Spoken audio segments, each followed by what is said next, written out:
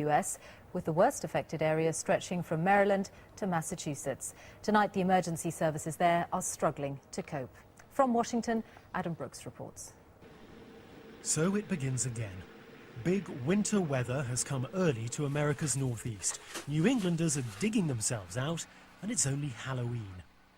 Over the weekend, more than a foot of wet, dense snow fell, settling quickly on trees that hadn't lost their leaves and causing tremendous damage. This is day 3 with no lights. It's cold. We have senior citizens that are suffering, children that are suffering. Our schools are closed. No heat, no food, no power.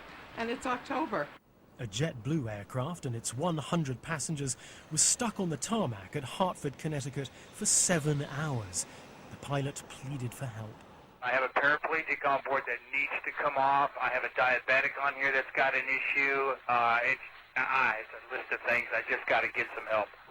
And today, some 2 million people were still without power. Why? Because power lines here still run above ground. So when those branches come down, so do your electricity cables.